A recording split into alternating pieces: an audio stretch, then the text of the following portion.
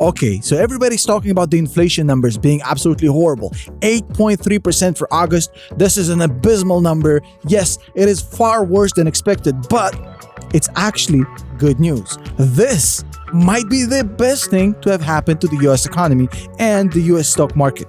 Trust me, I'm not blowing smoke up your ass. This isn't clickbait. Stay with me. I'll explain exactly why.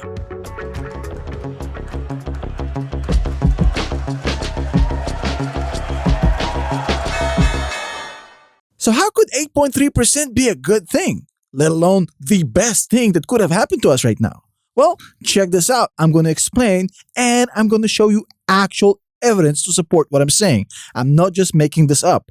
Look, you have to understand where we came from. Just a few months ago, we were at 9.1% inflation, and everybody was talking about how inflation is the biggest risk to our economy and how inflation is top priority. Now, ever since that, we got the magic number 8.5% inflation. Now, inflation dropped by 0.6. This was insane. Party mode.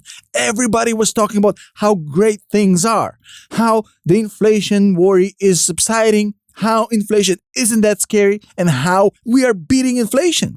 And right away, as expected, a lot of new voices came out through the woodwork. Cathie Wood came out and basically said, hey, the Fed is too aggressive. Whoa, we should be afraid of deflation, not inflation. Now look, I'm not going to address that argument seriously because I believe it deserves a video in its own. But basically, two camps formed when the 8.5% inflation came out last month. And those two camps were arguing. One camp, let's call it the Cathie Wood camp, started saying, look, inflation is dropping like a fly. We have to slow down. The Fed is trying to Paul Volcker this while there's no need. Inflation isn't that bad. And the other camp, let's call it the Mohamed Al-Arian or the Bill Ackman camp, basically said, well, the Fed is not doing enough. We need stricter. We need harsher. We need a more aggressive Fed because inflation is much worse than it seems. So you had this conflict of opinions between the Cathie Woods and the Bill Ackmans, so to speak, right? And this debate was right on time because the one thing you have to understand about financials, the one thing you have to understand about the stock market, and the one thing you have to understand about being a central bank, that it is all political. Now, I know. They keep teaching us at school that central banks are not political, right? Well, this is what things should be, but not necessarily what things are, because central banks are probably the most political organizations you can imagine. Now, just to give an example, this whole transitory thing that happened like 8 months after everybody knew it's not transitory, that's a political decision. And now we were on the collision course with another political decision that might have had destructive impact on our economy. Essentially, what was happening is these two camps were trying to figure out what's the best course of action. Should the Fed slow down or should the Fed be more aggressive? Now, in the middle of this whole kerfuffle, the US government is actually right now facing a massive crossroad. The midterms elections are actually coming up in November. And a bad economy, a bad stock market is usually no bueno for the elections. So you could expect a lot of pressure from politicians coming down Jerome Powell's throat and basically saying, hey, guy, you're about to crush us in the midterms. Slow down, slow down. Not to mention the fact that all these billionaires in the stock market with basically losses up to wazoo over the past few months, basically saying, hey, Jerome Powell, what are you doing? These people also have their own lobbies and their own clout.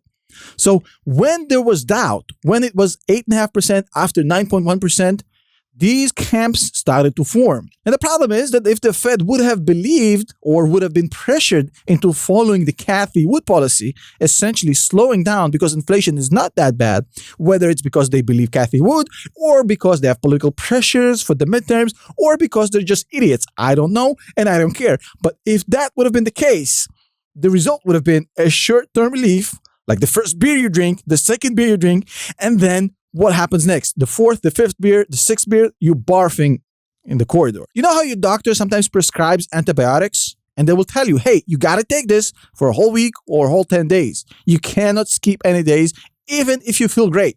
Remember that? Exactly the same thing. What happens if you feel great and after 4 days, you stop taking your antibiotics? The virus is going to develop immunity to this antibiotic. It's going to come back. You feel great, but it's going to come back within a few days or a few weeks, and it's going to hit you harder. And this time, your antibiotics isn't going to work anymore. So there's a huge risk with stopping antibiotics before you take the full course. The same thing with interest rate hikes that are designed to slow down inflation. If you ease up now, inflation is going to feel like it's gone, but it's going to come back harder, faster, and more violent than ever. And this time, interest rate hikes are not going to help. I was absolutely terrified that the political pressures will lead the Fed to actually fold and slow down. But this has now been eliminated, eradicated, it is gone. Because the August CPI numbers are absolutely horrible, and that's a great thing. Everybody were expecting that we will get 7.9, 8%, and we got 8.3%. A very mild decline. And that's with a crash on energy prices. So energy prices went absolutely like 20-something% down, and we're still down only 0.2. Food went up, shelter went up, everything that matters filled up. And you know this when you go to the grocery store, you go everywhere, you can see the prices are insanely high. And what that 8.3% means is that things are not as good as people would have liked to imagine. Yes, the current measures are kind of doing their work, and yes, it is getting better, but it is happening much slower, and we are much further from our goal than we thought we were just a month ago. And I believe that that pulls the rug completely underneath any potential arguments that we have won the battle against inflation. The whole Cathy Wood camp is now taking a huge beating. No surprises there. But essentially what it means that even if the government comes and implies or asks the Fed to slow down, what do you expect the Fed to do? They're going to say, hey, listen, guys, we want to help you, but there's no plausible way we can argue that this is true. Do you want us to go out there and tell people that we won, that inflation is gone? But this is worse than transitory, and you saw what happened. There's no way, especially since Jean Paul is not up for re-election again. This is his last term, and he's absolutely fearless at this point. There's no need for him to actually bend down and take it. So I believe this 8.3% number, as horrible as it is, it will serve as the sword to Jean Paul to beat off any attempts to politically sway him to slow shit down, because this allows him the mandate to keep pushing forward with elevated interest rates and actual quantitative tightening. I believe this makes 0.75 hike a certainty. It is 100% certain, and I believe that it actually allows the Fed to start mixing in the conversation the potential 1% hike, which I won't think they do, but I think 0.75 is now a certainty, and that's a good thing. That means we are staying on course. Yes, it will be painful. Yes, we're heading into recession. It's not going to be pretty, but